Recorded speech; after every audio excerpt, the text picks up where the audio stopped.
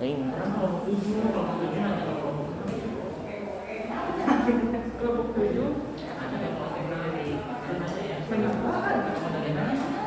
low gitu. Tapi itu sejarah.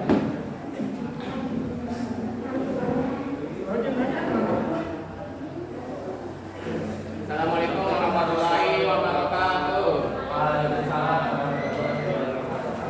Izinkan kami dari kelompok 6 ingin menyampaikan sedikit dari sejarah perkembangan kehidupan politik dan ekonomi pada demokrasi.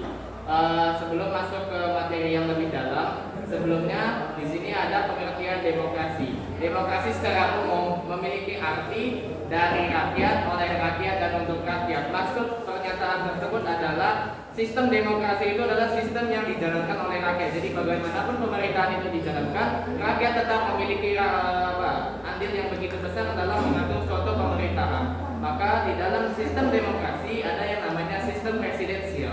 Sistem presidensial berawal dari dilantiknya Soekarno-Hatta sebagai presiden dan wakil presiden pada tanggal 18 Agustus 1945.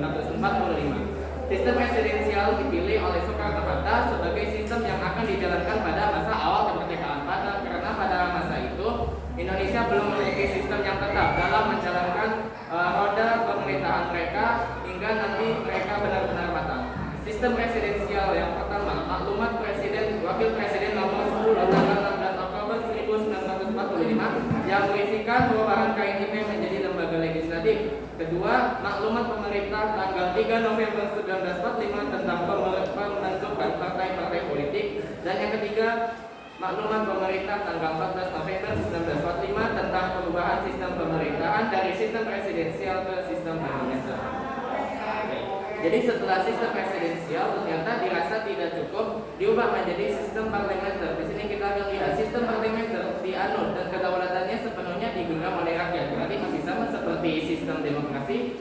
Jadi sistem parlementer dengan berjalannya presiden membentuk suatu kabinet, namun kabinet tidak berjalan lama disebabkan oleh banyaknya tantangan yang masih harus dihadapi oleh Indonesia, baik dari dalam maupun dari luar.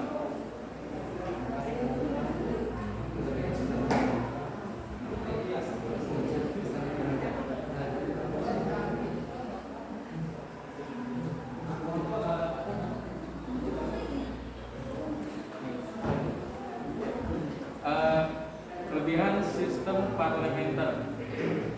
Yang pertama, dalam menteri dalam kabinet dipilih berdasarkan suara terbanyak di parlemen. Parlemen sendiri merupakan lembaga legislatif yang anggotanya dipilih langsung oleh rakyat.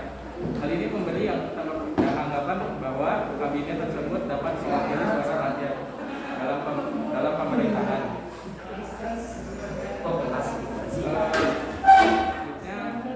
Eksekutif dan legislatif yang berasal dari satu partai atau koalisi membuat proses pembuatan kebijakan menjadi lebih cepat. Proses pertanggungjawaban dalam pembuatan dan pelaksanaan lebih jelas. Dan yang terakhir, kabinet sangat berhati-hati dalam menjalankan pemerintahan karena diawasi parlemen.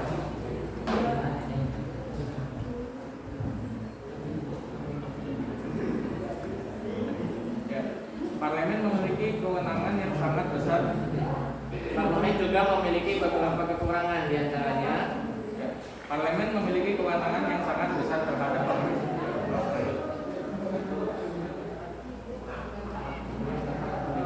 Parlemen dapat mengangkat perdana menteri atau menjatuhkan pemerintahan dengan mengeluarkan semacam mosi tidak percaya.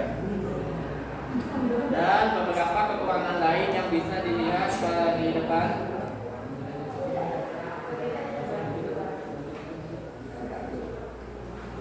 Kemudian yang berikutnya adalah perbedaan pelaksanaan demokrasi terpimpin dan liberal. Demokrasi terpimpin itu bisa diartikan sebagai sebuah sistem demokrasi di mana semua keputusannya itu berada pada pemimpin negara atau presiden saja yang memutuskan suatu keputusan itu. Jadi di sini keputusan rakyat ini dibatasi secara mutlak oleh presiden. sistem demokrasi terpimpin ini pertama kali diumumkan oleh Presiden Soekarno dalam pembukaan sidang konstituen pada tanggal 10 November 1956 dan berakhir pada 1965.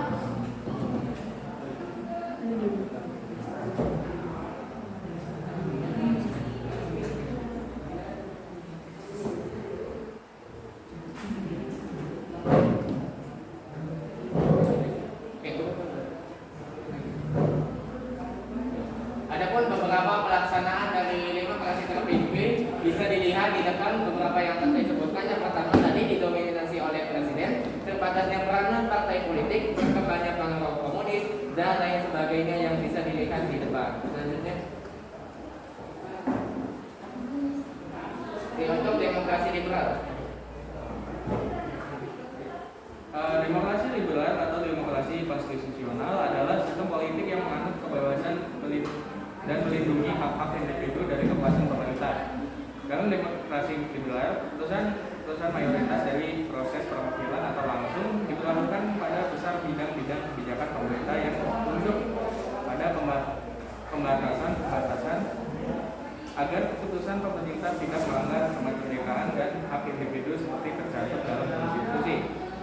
Sistem demokrasi liberal pertama kali dikemukakan oleh pelanggas teori kontrak sosial seperti Thomas Hobbes, John Locke, Jean Jacques Rousseau pada abad pencerahan.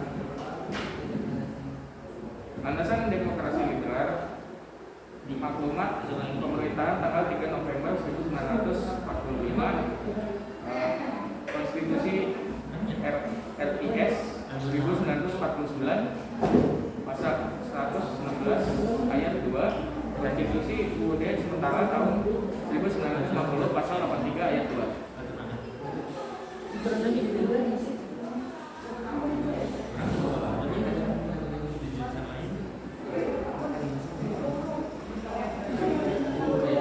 Adapun pelaksanaan demokrasi liberal dapat dilihat langsung di depan beberapa yang akan disebutkan. Kontrol terhadap negara, alokasi sumber daya alam dan manusia dapat terkontrol. Kekuasaan eksekutif dibatasi secara konstitusional, dibatasi oleh peraturan perundang-undangan dan beberapa ketentuan-ketentuan pelaksanaan lain yang bisa dilihat di depan.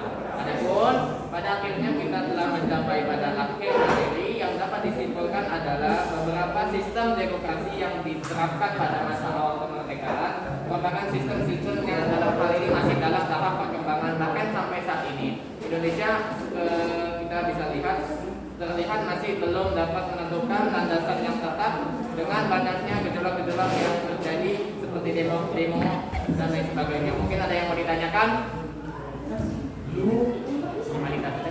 Demokrasi kan dibagi jadi dua, sudah dijelaskan. Terima kasih. Yang terbagi menjadi dua tadi sudah dijelaskan. Yang pertama adalah demokrasi terpimpin dan demokrasi liberal. Sebenarnya masih banyak demokrasi, namun sayangnya dengan keterbatasan waktu yang ada tidak dapat dijelaskan satu persatu. Mungkin sebatas ini saja materi yang dapat disampaikan. Terima kasih. Wassalamualaikum warahmatullahi wabarakatuh. Dan nomor 7. Terus tolong panggilin kelompok 8.